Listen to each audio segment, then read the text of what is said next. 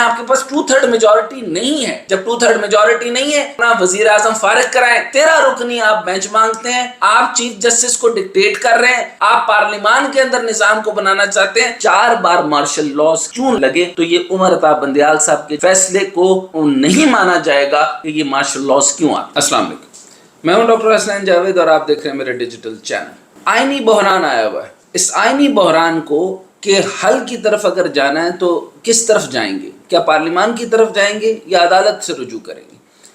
معاملہ یہاں بن چکا ہے کہ صدر بھی جو ہے وہ ارریلیونٹ کر دیا گیا ہے, پارلیمان جو ہے وہ اس کو بنایا جا رہا ہے لیکن 2/3 میجورٹی نہیں ہے, اور عدالت ہے تو عدالت کو مانا نہیں جا رہا. بات یہ ہے کہ ہے کون؟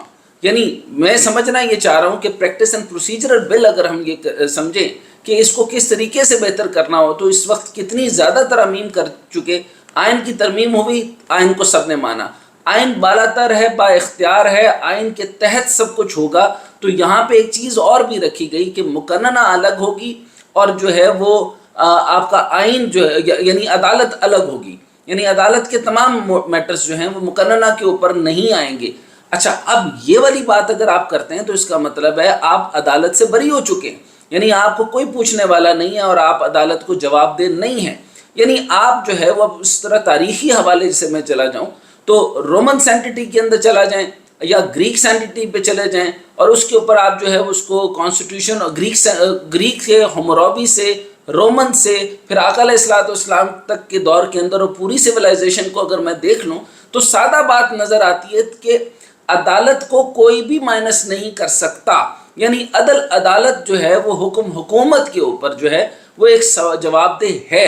حکم حکومت ضرور ہے, یعنی آپ یہ کہتے ہیں کہ جو عدالت ہے وہ آپ کے مقننہ کے اندر یعنی آپ کی پارلیمان کے اندر مداخلت نہیں کرے گی. لیکن آپ یہ سمجھیں کہ جب آپ یہ کہتے ہیں کہ آپ کے ہر چیز کا بل جو پاس ہونا ہے وہ کسی معاملے کے اندر جو ہے وہ آخرکار جو ہے وہ جانا ہے آپ کی عدالت کے پاس. سیدنا عمر رضی اللہ تعالیٰ کا واقعہ آپ کے ذہن میں ہوگا. آپ یہ دیکھیے کہ ان سے یہ پوچھا گیا, یعنی اتنی بڑی سلطنت کے شہنشاہ, بادشاہ, یعنی خلیفۃ المسلمین. اب خلیفۃ المسلمین کو اگر میں بادشاہ بھی کہوں تو غلط تو نہیں ہوگا. تو جب انہوں نے مال غنیمت میں سے جو اپنا ایک جو جوڑا لیا, انہوں نے کپڑا لیا جس کا انہوں نے جبہ سلوایا, تو ان کا قد مبارک لمبا تھا. اچھا, اس قد کے مطابق جو ہے انہوں نے وہ جب زیادہ کپڑا دیکھا گیا تو سوال ہوا اور وہ عدالت کے کٹہرے میں حاضر ہوئے. چیف ایگزیکٹو آف ہول امہ, یعنی آپ دیکھیں کہ وہ عدالت, قاضی کی عدالت میں حاضر ہوئے اور ان کو یہ جواب دینا پڑا کہ یہ میں نے اپنے بیٹے جو میرا جو بیٹا ہے اس کے اوپر جو اس کا حصہ ملا تھا, انہوں نے کہا بابا آپ کا کپڑا اس سے پورا نہیں ہوگا تو آپ اس دفعہ میرے والے کپڑے کو بھی ایڈ کر کے یہ پورا کا پورا جبہ سلوا لیں. تو یہ اس کو انہوں نے جواب دیا. تو یہاں سے یہ ثابت ہوتا ہے کہ اگر آپ نے یہ بات کرنی ہے تو عدالت کو مائنس نہیں کر سکتے. آپ یہاں پر چیف جسٹس عمر عطا بندیال کو آپ چیف جسٹس کے عہدے پہ بٹھاتے ہیں تو آپ چیف جسٹس یعنی عمر عطا بندیال ایز انسان کو اگر آپ نہیں مانتے اور یہ سمجھتے ہیں کہ اس کی جو انٹینشنز یا معاملات کہیں اور ہے تو آپ چیف جسٹس کا عہدہ کیوں دے رہے ہیں؟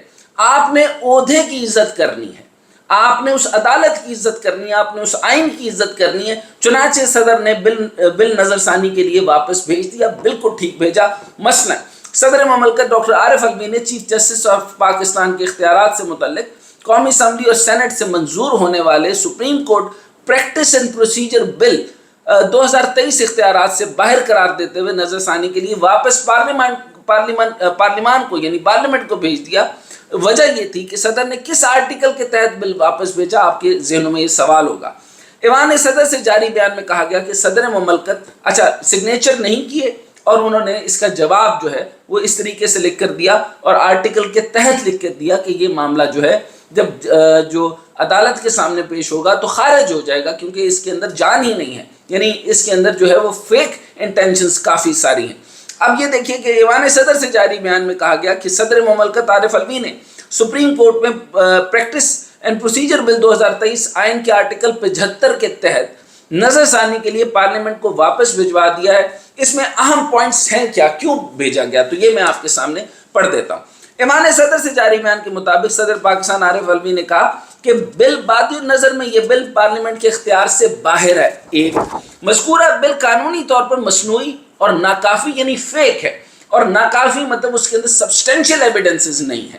اچھا اب یہ میں نے آپ کو بہت پہلے اس چیز کے اوپر بتا دیا تھا کہ پروسیجرل جو ہے آپ کی قوانین اور ہوتے ہیں، سبسٹینشیل قوانین اور ہوتے ہیں. پروسیجرل جو ہیں وہ چینجیبل ہیں اور سبسٹینشیل جو ہیں وہ چینجیبل نہیں ہیں.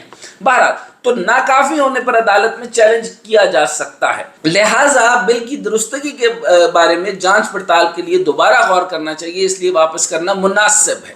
اچھا یہ بھی درست ہو گیا. اگلا جو پوائنٹ ہے وہ آئین سپریم کورٹ کو اپیل، ایڈوائزری، نظر ثانی اور بنیادی سماعت کا اختیار دیتا ہے. اور مجوزہ بل آرٹیکل 184(3). اچھا اب سارا مدعا جو ہے وہ 184(3) کے پیچھے پڑ گیا ہے، کیونکہ اس دفعہ ساری کی ساری تکلیف جو ہے وہ سو موٹو نے دی ہے.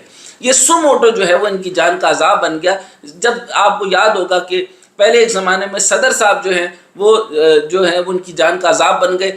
ساری صدر شاندار ہوئے تھے، انہوں نے جب وزیر اعظم کو ان کے اختیارات سے تجاوز کرتے ہوئے دیکھا تو اسمبلیاں تحلیل کر دی. 18ویں ترمیم سے صدر کو جو ہے وہ بالکل یعنی اب ایسا لفظ میں بولنا چاہتا نہیں ہوں کہ آج اس مقام پہ پہنچا دیا گیا کہ یہ وزیر اعظم شہباز شریف کی طرف سے لیٹر لکھ کے سیکشنز بتانی پڑتی ہیں کہ صدر صاحب آپ کے پاس کوئی طاقت نہیں ہے. تو پھر یہ بھی بتانا چاہیے کہ آپ کو ذرا سی شرم آتی ہے کہ اپنے صدر کو کوئی طاقت آپ نہیں دے رہے، تو پھر صدر رکھا کیوں ہے؟ تو آپ کا اتنا کنفیوز نظام ہے، تو اس کے اندر جو ہے جس کے اندر صدارتی صدر ہے ہی نہیں، تو صدر کو آپ نے جو ہے وہ یعنی سمبولک رکھنا ہے کیوں؟ تو اس کے اوپر آپ تو قانون سازی کریں. بہرحال اب اگلی بات جب آتی ہے کہ مجوزہ بل کا مقصد ابتدائی اختیارات سماعت استعمال کرنے اور اپیل کرنے کا طریقہ فراہم کرتا ہے. یہ خیال قابل تعریف ہو سکتا ہے، مگر کیا یہ مقصد آئین کی دفعات میں ترمیم کے بغیر حاصل کیا جا سکتا ہے؟ بالکل ویلڈ پوائنٹ ہے. تسلیم شدہ قانون تو یہ ہے کہ آئینی دفعات میں ایک عام قانون سازی کے ذریعے ترمیم نہیں کی جا سکتی. آئین ایک اعلیٰ قانون ہے.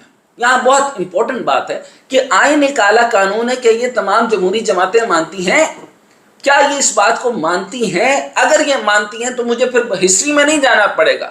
پھر آپ اگر یہ سوالات کرتے ہیں کہ کیا مولوی تمیز الدین نے یہ کام صحیح کیا، کیا چیف جسٹس سجاد علی شاہ نے کیا کام کیا، پھر ان کو ہٹایا کس بنیاد کے اوپر، پھر نیچے کے بینچ کس طریقے سے آئے، پھر بینچ سپلٹ کیسے ہوا، آج 184 کو آپ مائنس کرنا چاہتے ہیں تو آئین کی تقریباً اگر آپ سارا گننا شروع کر دیں تو اب ایک کام کریں، ایک نئی کتاب آپ کی بن جائے گی. اور آپ قانون کی کتابیں آج کل میں دیکھ رہا ہوں پبلشرز جو ہیں وہ بڑی تیزی سے چھاپ دیتے ہیں.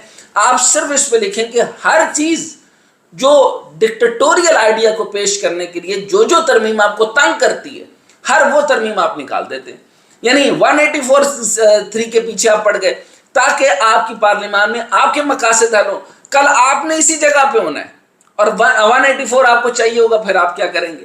آج اسی طریقے کے مقاصد میں آپ کر رہے ہیں، آپ کے پاس 2/3 میجورٹی نہیں ہے.